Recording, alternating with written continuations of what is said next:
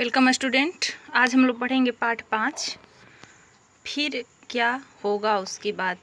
शीर्षक का नाम है फिर क्या होगा उसके बाद। यह बालकृष्ण राव जी का लिखा हुआ कविता है, इसे आप लोग याद कीजिएगा। मनुष्य अपने बाल अवस्था से ही जिज्ञासु स्वभाव का होता है। उसके लिए पूरा संसार नया होता है। वह अपने आसपास घटने वाली हर घटना, हर वस्तु के बारे में जानना और समझना चाहता है। मन की इस अपार जिज्ञासा का समाधान करते करते मनुष्य एक ऐसे प्रश्न पर भी पहुंच जाता है जिसका उत्तर उसे कभी पता नहीं चल पाता है। वह न केवल जीवन में के आने वाले पलों के विषय में जानना चाहता है, वरना मृत्यु के बाद मनुष्य का क्या हाल होता है, इस रहस्य को भी समझना चाहता है।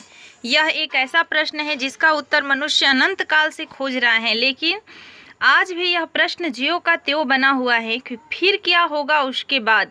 प्रस्तुत कविता में कवि ने इसी अनंत प्रश्न को बाल सुलभ जिज्ञासा में ढालकर बड़े ही सरल व रोचक ढंग से प्रस्तुत किया है। तो आइए इसको हम लोग पढ़ते हैं। इस कविता को आप लोग याद कीजिएगा। फिर क्या होगा उसके बाद। उत्सुक होकर शिशु ने पूछा, माँ क्या होगा उसके बाद। रवि से उज्जवल शशि से सुंदर, रवि से उज्जवल शशि से सुंदर, नौ किस लय दल से कोमलतर, वधू तुम्हारी घर आएगी उस विवाह उत्सव के बाद। पल भर मुख पर स्मित की रेखा, खेल गई फिर माँ ने देखा। कर गंभीर मुखाकृति शिशु ने फिर पूछा, माँ उसके बाद। फिर नभ के नक्षत्र मनोहर स्वर्ग लोक से उतर उतर कर तेरे शिशु बनने को मेरे घर आएंगे उसके बाद। मेरे नए खिलौने लेकर चले न जाए अपने घर, मेरे नए खिलौने लेकर चले न जाए वे अपने घर। चिंतित हो कर उठा किंतु फिर पूछा शिशु ने उसके बाद। अब माँ का जी उब चुका था, हर शांति में डूब चुका था।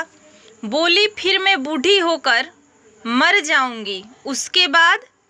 यह सुनकर भर आए लोचन, यह सुनकर भर आए लोचन, किंतु पोंछकर उन्हें उसी क्षण सहज कुतूहल से फिर शिशु ने पूछा, माँ क्या उसके बाद। कवि को बालक ने सिखलाया, कवि को बालक ने सिखलाया, सुख दुख है पल भर की माया।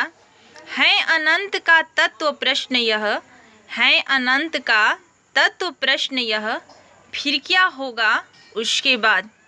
बहुत ही सुंदर कविता है, इसे आप लोग याद कीजिएगा और हिंदी राइटिंग के तौर पर कॉपी में लिख लीजिएगा, क्योंकि लिखने से पोयम बहुत जल्दी याद होता है, इसलिए इसे लिखकर आप लोग याद कीजिएगा। धन्यवाद।